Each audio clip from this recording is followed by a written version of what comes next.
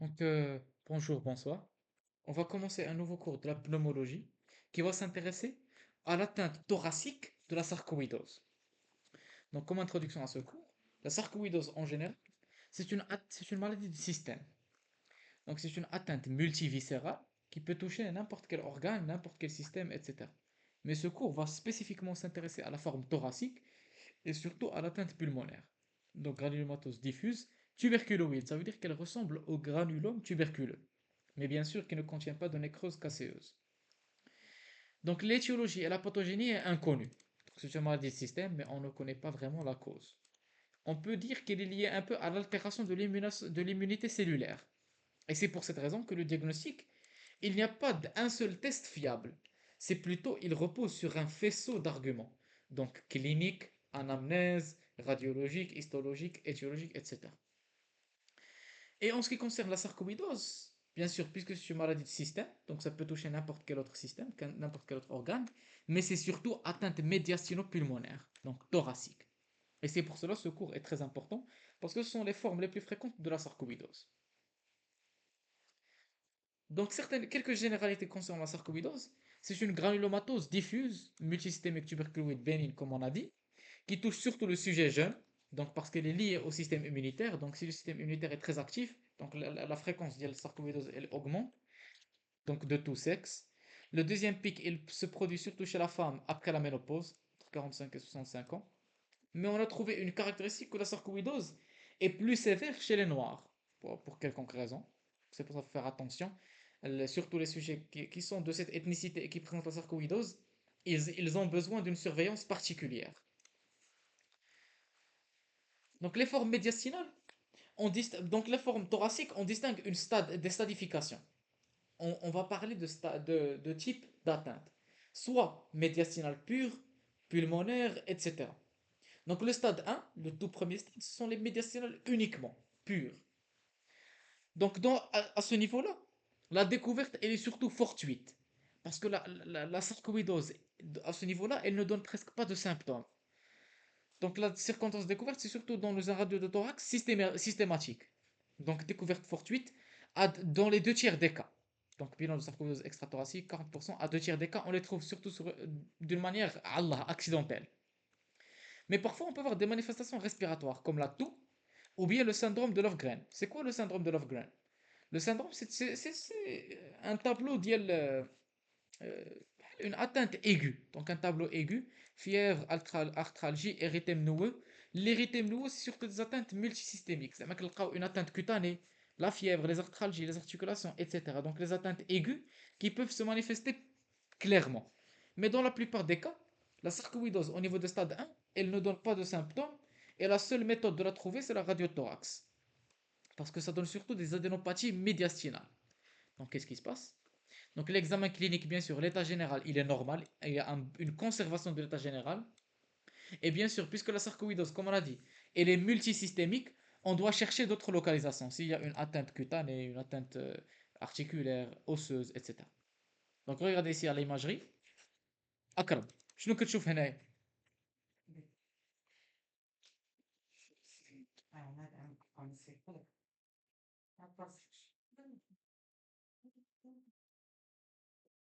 وصف لي يا أكرم.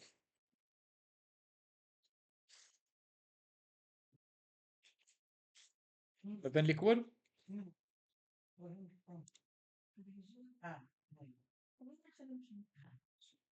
Non, il n'y a pas de ce type de genre d'atteinte. أنا نعاونك شوية.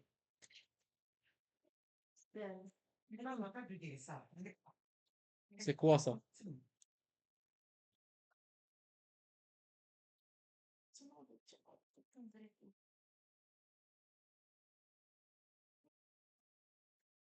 Ce sont des nodules, Akram. Des nodules à projection médiastinale. حيت لا لين دو راكوردمون شي كي داير بحال الهضبه. Ça veut dire que جايين من الميدياستان. هذا تا هو ان نوديل واحد اخر. بانت ليك اكرم؟ دونك انا نحيد هاد لي تخاص اللي رسمت وعاود شوفهم انت بوحدك. بانوا ليك دابا لي زوباسيتي ميدياستين راه حتى هنايا كاين. حتى هنايا. هنايا هذا كامل راه كيبان لك تري كليرمون لو نودول. سي بون. Bien sûr. تبقى تقول اه زعما هادو لي زوباسيتي ميدياسينال ستوندار لي لين اوبليك نو سو ني با الكا حيت ها هو بعدا لو ديبور droit inférieur لو ديبور droit الميديان و supérieur هو هاد زعما سيبوزون دونك هاد الثانيه منين جايه وهنايا نورمالمون il n'y a pas de débord ici راه ها هو لا سيلويت كاردياك افيك هذا لو بوتون اورتيك غالبا et donc علاش كاين هاد لو نودول هنايا دونك سون دي نودول médiastinaux et c'est ce qu'on va voir ici donc c'est la seule chose qu'on peut voir au niveau du stade 1 des atteintes à projection médiastinale, des opacités. On te regarde ici.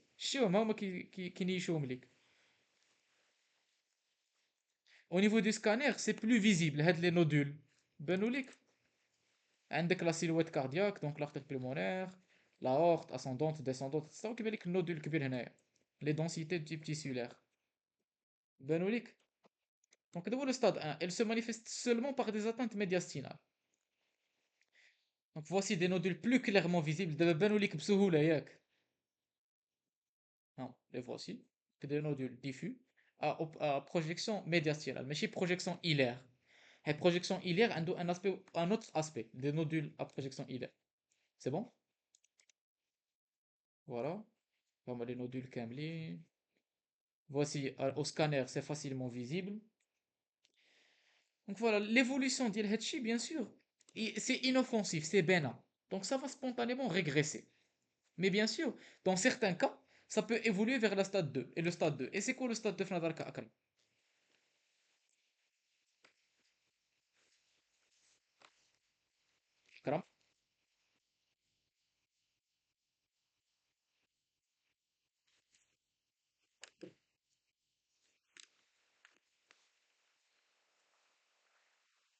Le stade 2, ça va évoluer vers le poumon.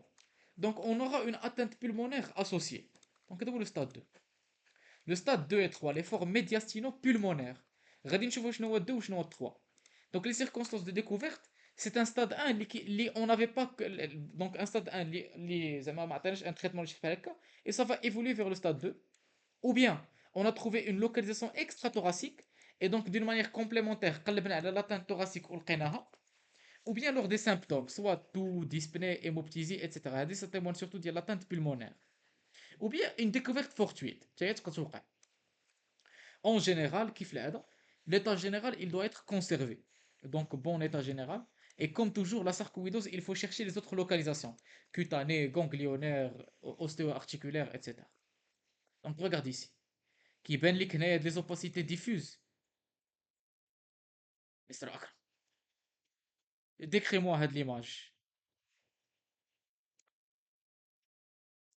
Surtout في le lobe moyen زعما ماشي في اللوب moyen حدا le il بانوا ليك voilà donc c'est une caractéristique de la sarcoïdose regarde ici encore une fois هاد المرة basal ou apical le poumon droit le poumon gauche basal donc au scanner c'est plus visible les atteintes des nodules des opacités réticonodulaires disséminées donc ça témoigne de l'atteinte parenchymateuse et pulmonaire ما بقيناش دابا غير في الميدياستا. Donc l'évolution, bien sûr, les lésions les shidaba akram, il n'y a pas vraiment de parallélisme. Ça veut dire que un poumon complètement, les lésions, tout le poumon est atteint, mais la symptomatologie est pauvre. Il n'y a pas de symptômes cliniques. Et on peut trouver l'inverse. L'individu, il ne présente pas beaucoup de lésions radiologiques, mais la symptomatologie est profondément altérée. Donc, il y a une toux, hémoptysie, etc.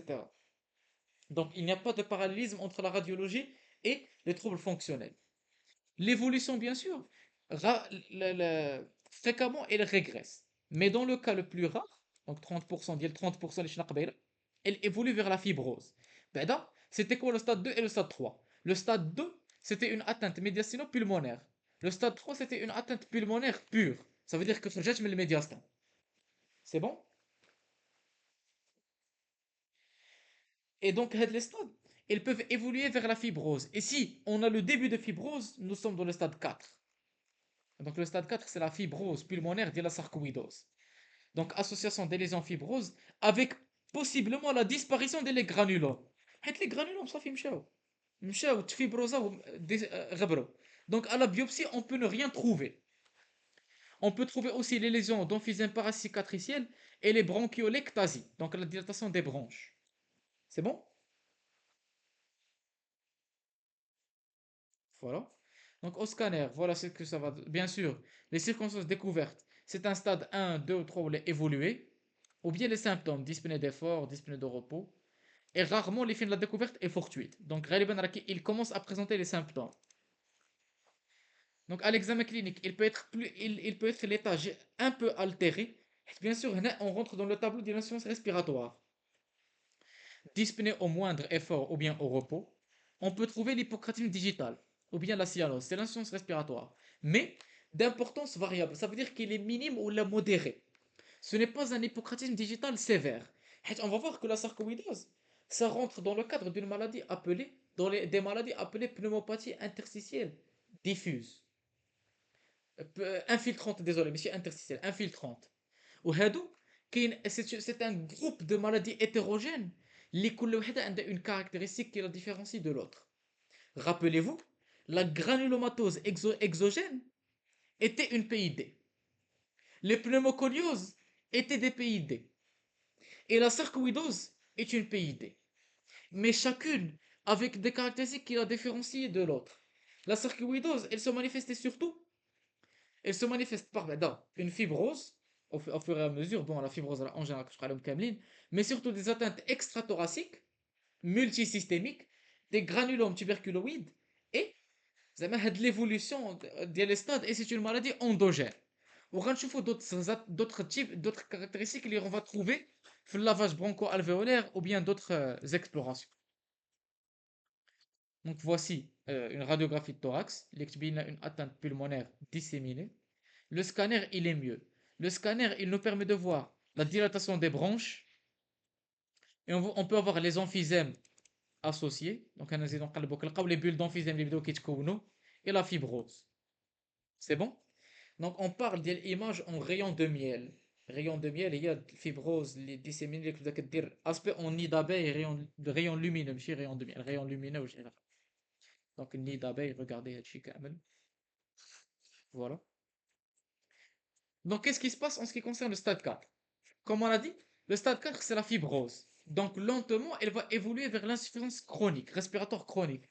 Et l'insuffisance respiratoire chronique peut nous donner le cœur pulmonaire chronique. Mais maintenant, voyons les complications des autres lésions associées. L'emphysème, elle peut se rompre et nous donner le pneumothorax. Ou bien, elle peut se surinfecter et nous donner une surinfection virale, bactérienne, tuberculose ou la aspergillaire. Ou la surinfection peut nous donner l'hémoptysie. L'hémoptysie. Et la DDP, elle aussi, peut nous donner l'hémoptysie. C'est bon? Donc, on les complications d'une fibrose pulmonaire. Ça va, Akram, jusqu'à là? Très bien. Et bien sûr, l'insuffisance respiratoire chronique, comment elle va se manifester?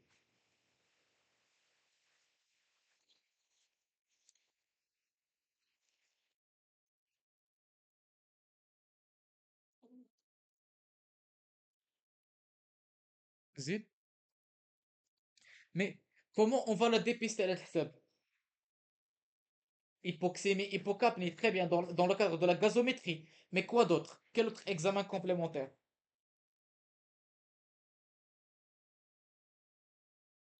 Il y en a واحد غنديرو.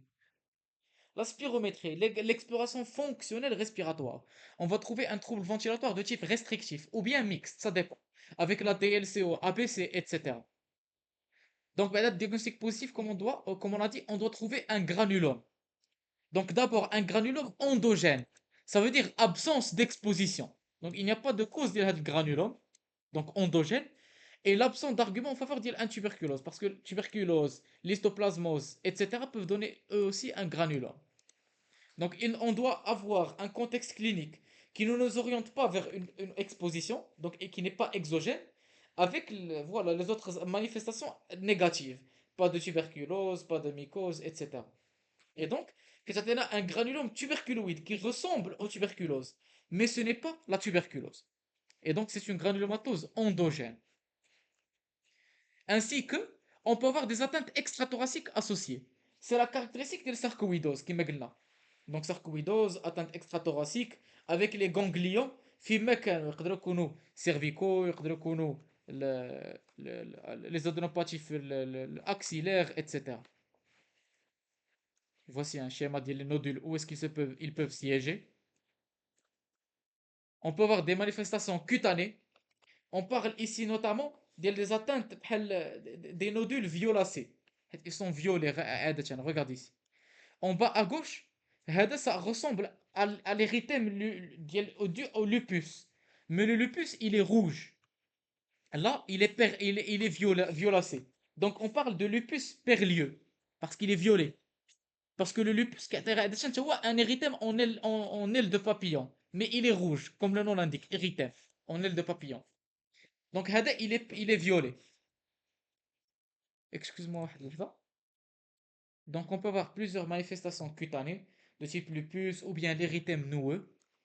Donc l'érythème noueux, ce sont des nodules rouges qui se trouvent au niveau de la face externe des membres supérieurs ou bien membres inférieurs, au niveau de la main, regardez du bras, l'avant-bras, et ça peut se présenter aussi au niveau de la jambe, et voilà.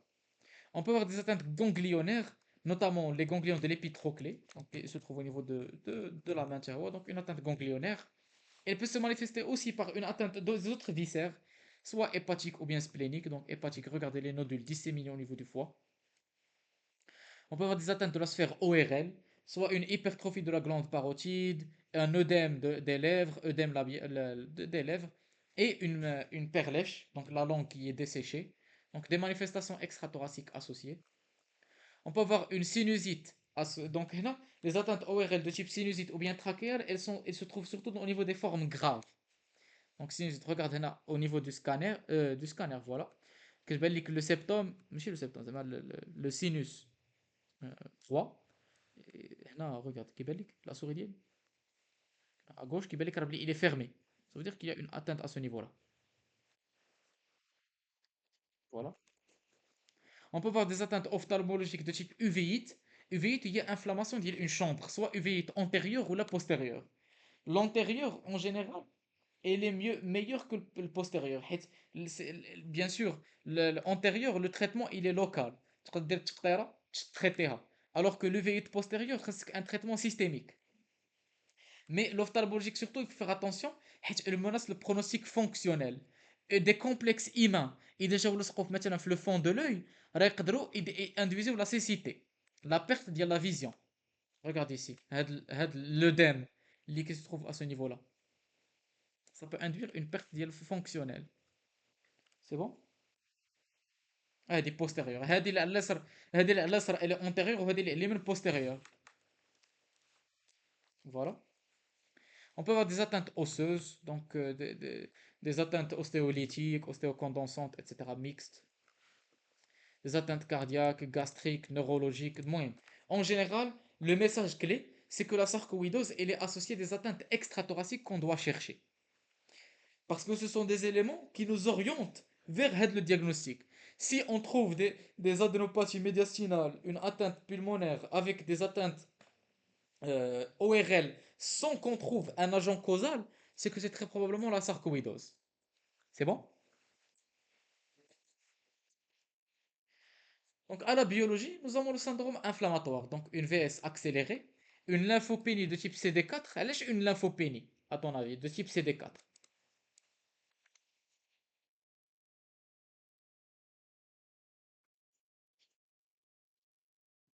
فين مشاو هاد لي لانفوسيت سي دي 4 اكرم في نظرك؟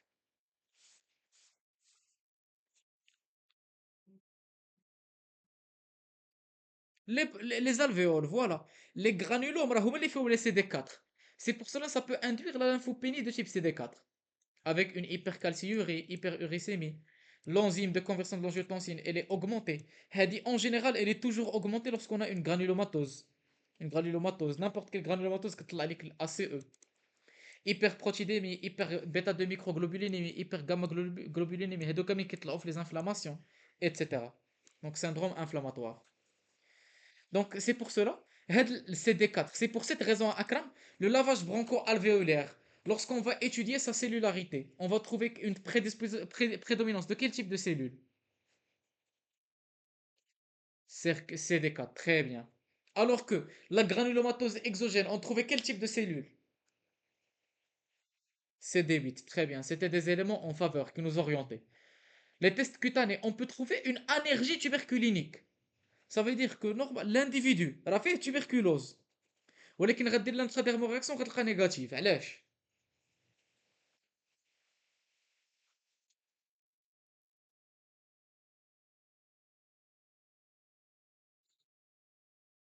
En immunodépression, très bien. Donc il est en immunodépression, ça peut induire l'anergie tuberculinique. C'est pour cette raison que si l'intradermoréaction elle est négative, ce n'est pas un élément rassurant, black, ça peut être un élément de gravité, que c'est une atteinte profonde. L'intérêt surtout c'est test antérieurement positif. Donc قبل كان test positif ou d'abord ou négatif, ça veut dire que la sarcoïdose elle a profondément altéré son état général. Ce n'est plus une sarcoïdose bénigne et elle commence à être évoluée et réapparition de l'allergie à la guérison. Donc, quand on va traiter, il va redevenir positif. Donc, ça veut dire qu'on a traité la sarcoïdose. C'est bon? Voilà. Donc, diagnostic positif, on va faire la bronchoscopie pour faire des biopsies, soit bronchiques ou bien transbronchiques, et faire le lavage broncho-alvéolaire. Et à l'étude de ce liquide, on va trouver une hyperlymphocytose de type T, surtout CD4. C'est majoritairement CD4. Ce n'est pas comme les granulomatoses exogènes qui vont être CD8. Très bien. Les protéines et enzymes convertases élevées, donc ce sont des marqueurs de l'inflammation. Par contre, si on trouve l'élévation de PNN, normalement ça témoigne de l'inflammation bactérienne, mais dans ce cadre, ça nous oriente vers la fibrose qui commence à s'installer. Parce que ce sont les PNN qui ont un pouvoir fibrotique élevé. Donc nous sommes très probablement dans le stade 4. C'est bon? Très bien. On peut aussi faire le TEP scan, scintigraphie, pour voir la fixation au niveau des ganglions, ou bien des glandes parotidiennes, des ganglions médiastinaux, etc. rénaux ولا سبلينيك ما عرفتش هادي صراحة فين بالضبط. لا هادو médiastinaux تا هما. TEP scan pour voir les fixations multisystémiques, regardez ici. Médiastinal, cervical, etc. Scanner thoracique pour voir les adénopathies médiastinales, l'atteinte pulmonaire, etc. Là, donc, تصور اللي شفنا قبيلة. Et ça nous permet de stadifier. Est-ce que nous sommes dans le stade 1, 2, 3, 4? Rappelle-moi, Akram, quel était le stade 1?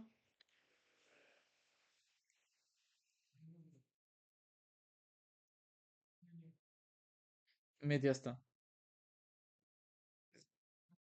La fibrose, très bien. Voilà. Et voilà, diagnostic positif, ce sont les biopsies, on va les étudier, on va voir l'infiltration lymphoplasmocytaire, lymphocyte T4, etc. Les ganglions périphériques, les branches. Si on a une manifestation extrathoracique, on va la biopsie elle aussi, les glandes salivaires, la peau, le foie, etc. Et qu'est-ce qu'on va trouver? Un épithélium, un granulome épithéliogigantocellulaire sans nécrose casséeuse. C'est le granulome tuberculoïde. C'est bon? Parce que le granulome tuberculoïde, rappelez-vous, on n'en a pas, on l'avait vu, il contenait les cellules géantes avec la nécrose casséeuse. Mais maintenant, on n'a pas la nécrose casséeuse. C'est ça la différence. C'est bon?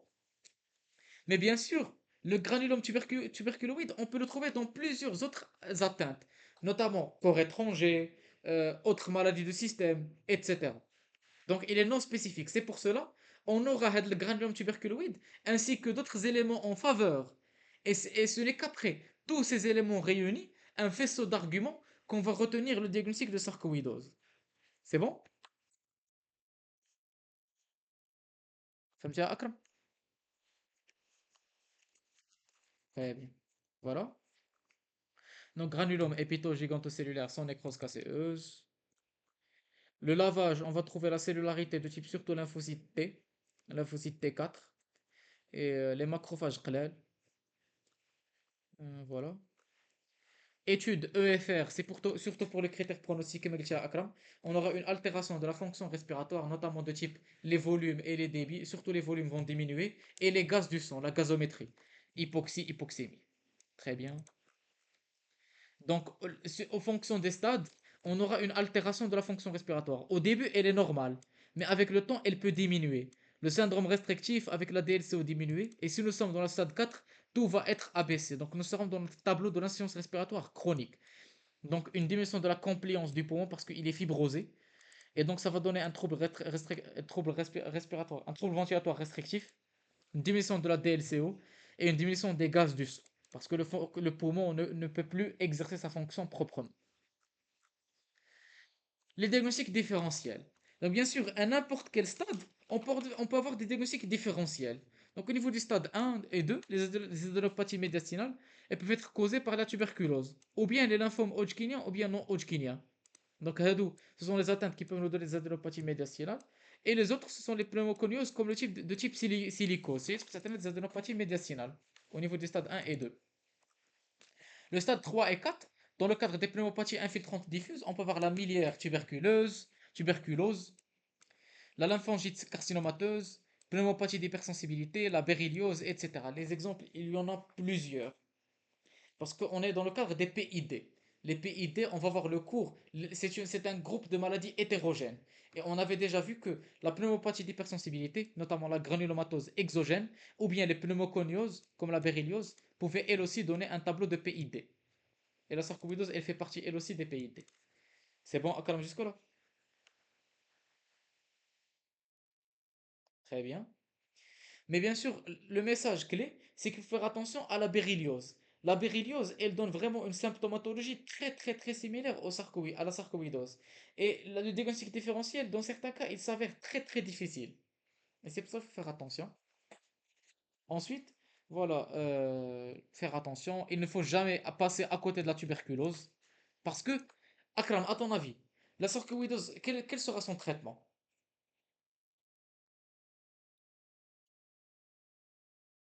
La corticothérapie. Donc, si l'individu était dans le cadre de la tuberculose et on donnait le corticoïde, qu'est-ce qui va se passer?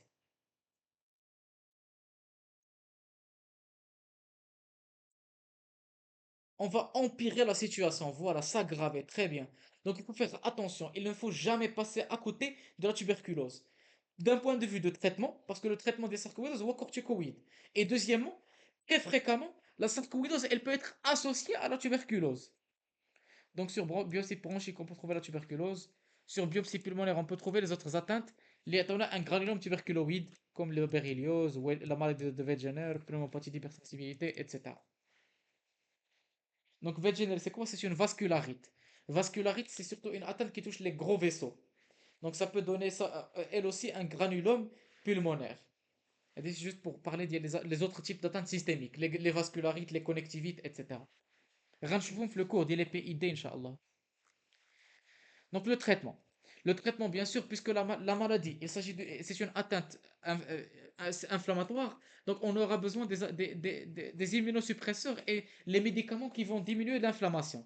Donc on va parler des AINS, les antipaludéens. Pourquoi les antipaludéens? Parce que les médicaments, l'hydroxychloroquine par exemple, elle a un effet anti-inflammatoire.